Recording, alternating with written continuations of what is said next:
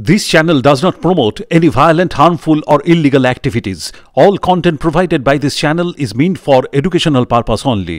মমতা ব্যানার্জি চাইছে সিবিআর ঘাড়ে সব ফেলে নিজে বাঁচতে। আমরা সেটার পক্ষে নয়। মমতা ব্যানার্জি সে চালাকি এখানে সফল হবে না। কারণ মমতা ব্যানার্জি যদি মনে করে হাইকোর্টে এফিডেভিট করে সে তো বলতে পারে যে আমাকে 10 দিন সময় দিন, আমি সব বার করে দিচ্ছি। একদিকে তথ্য প্রমাণ লোপাট করবো, আর দিকে সিবিআর ঘাড়ে দোষ পেবো, দুটো একসঙ্গে চলতে পারে না। মমতা ব্যানার্জি ভীত হয়ে গেছে, তাই মানুষের সংযোগকে নষ্ট করার জন্য, মানুষকে বিভ্রান্ত করার জন্য যা মনে আছে তাই বলছে। মমতা ব্যানার্জি এখন প্রলাপ বকছে, কারণ একটাই যে সাধারণ মানুষের যে আন্দোলন, আজকে আন্দোলনের জনতা ভয় পেয়েছে মমতা, ব্যাপারটা এই জায়গায় দাঁড়িয়ে গেছে। আন্দোলনে যখন জনতা তখন ভয় পেয়েছে মমতা, তাই সাধারণ মানুষকে বিভ্রান্ত করবার চেষ্টা করছে, কখনো ভয় দেখিয়ে, কখনো মিথ্যে কথা বলে, কখনো চালাকির আশ্রয় নিয়ে, কখনো লোককে ভরসার আশ্রয় দিয়ে, সমস্তটা চালাকি। আজকে মমতা ব্যানার্জির জন্য এবং সরকারের জন্য এই ঘটনা এখন পর্যন্ত কিনারা হচ্ছে না। এটা যারা আন্দোলন করছে তাদের দাবি, জুনিয়র ডাক্তারদের দাবি, তার যে চিকিৎসক ধর্ষণ এবং হত্যা যে তাদের পরিবারের দাবি, সেই দাবির সঙ্গে আমিও সহমত পোষণ করছি।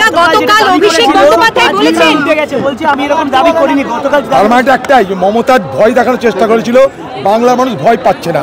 যখন ভয় পাচ্ছে না, হিতে বিপরীত হবে, তখন কথা পাল্টিবাজি করো। কারণ আমাদের বক্তব্য কিছু না, কালকের ভিডিও বাজারে আছে, আজকের বক্তব্য বাজারে মানুষ দেখে নেই। এই চালাকি মমতা ব্যানার্জির দ্বারা সম্ভব, আর কারোর দ্বারা সম্ভব না। মমতা ব্যানার্জি মিথ্যাশ্রী উপাধি পাওয়া দরকার। বিল আনার কথা বলা হচ্ছে সামনের সপ্তাহে, ধর্ষণ বিরোধী বিল অভিষেক বন্দ্যোপাধ্যায় বলেছেন। এই বিলের দরকার নাই। পশ্চিমবঙ্গে না, ভারতবর্ষে যে আইন আছে, সেই আইনের সাহায্যে ভারতবর্ষে নির্ভয়া কাণ্ডে 4 জনের ফাঁসি হয়েছে। এই পশ্চিমবঙ্গে ধনঞ্জয় ঘোষের ফাঁসি হয়েছে। আর এতদিন পর তার কুম্ভকোণের ঘুম ভাঙছে কেন? এটা কি প্রথম রেপ, প্রথম ধর্ষণ, প্রথম হত্যা? কামদুনি, মধ্যমা কতটা হত্যা হয়েছে বাংলায়, কতটা ধর্ষণ হয়েছে, এতদিন পর ওনার ঘুম ভাঙছে কেন?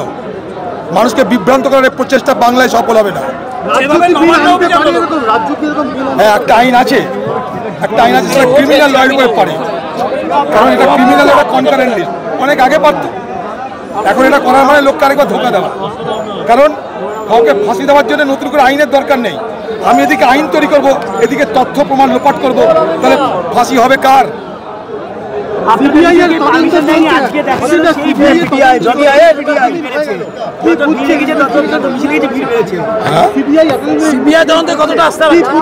তদন্তে বিন্দুমাত্র আস্থা নেই আমার, কিন্তু কি করবো আমরা?